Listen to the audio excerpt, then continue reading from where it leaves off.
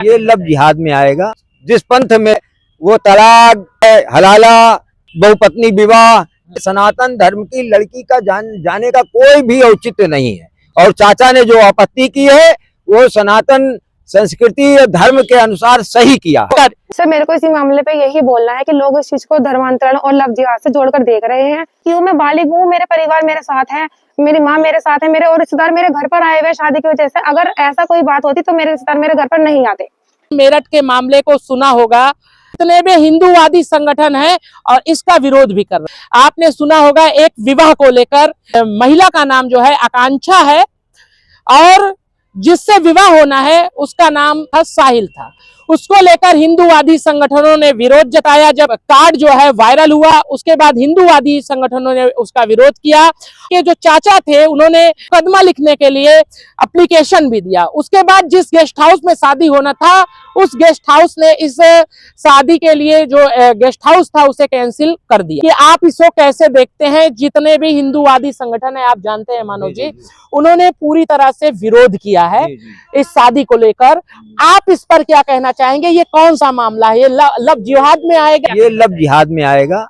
और ये जो है, जैसे लोगों का ये कहना है, लड़की का और लड़की की माँ का ये कहना है कि हम लड़की हमारी जो है वयस्क है, माँ बेटी की रजामंदी से वो शादी हो सकती है, ऐसा उनका कहना है कि हम लोगों की रजा, मैं माँ हूँ, मैं इसकी गार्जियन हूँ।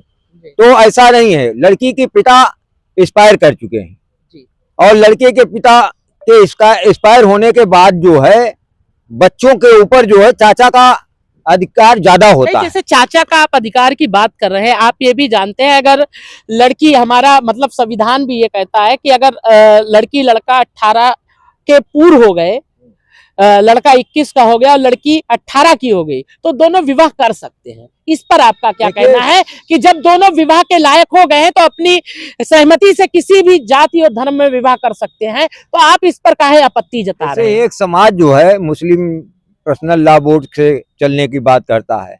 हमारा सनातन समाज जो है सनातन संस्कृति और उसकी गाइडलाइन में चलने की बात करता है।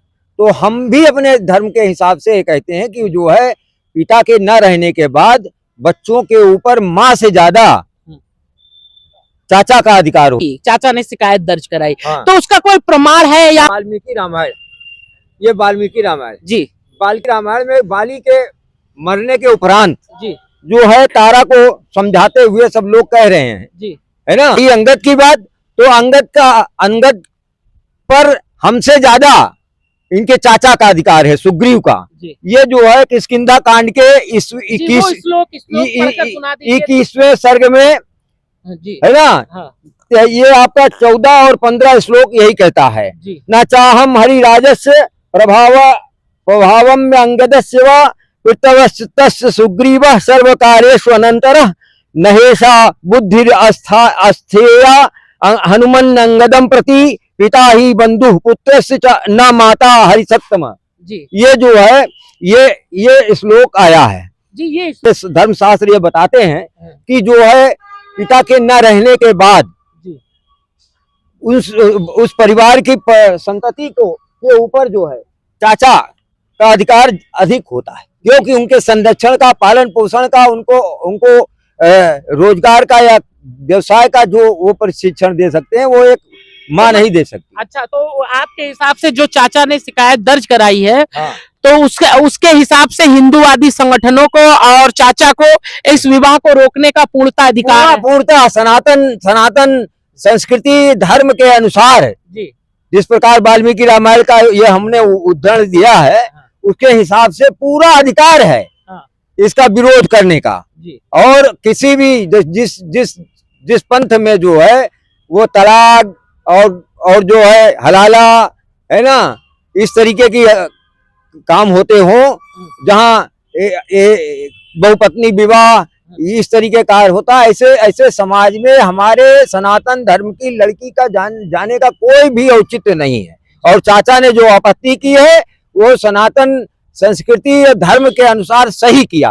वो आपने बहुत बड़ा ब्रह्मास्त्र दे दिया। हाँ, ये बात सही है कि हिंदूवादी संगठनों को शास्त्रों को पढ़ना चाहिए। हाँ। और समझना चाहिए। अब तो लेकिन आपने तो ब्रह्मास्त्र हाँ, एक दिया। प्रमाण इसीलिए हमने दिया कि ताकि जो है उनको बोलने के लिए जो है हाँ। एक अस्त्र हो जाए, हथियार उनको मिल जाए। जी। इसलिए हमने वाल्मीकि रामायण से ये उदाहरण दिया है। अपना परिचय दे। हम संत दास उर्फ राजेश सिंह मानव, समाज सेवी और जो है भगवान के सेवक हैं।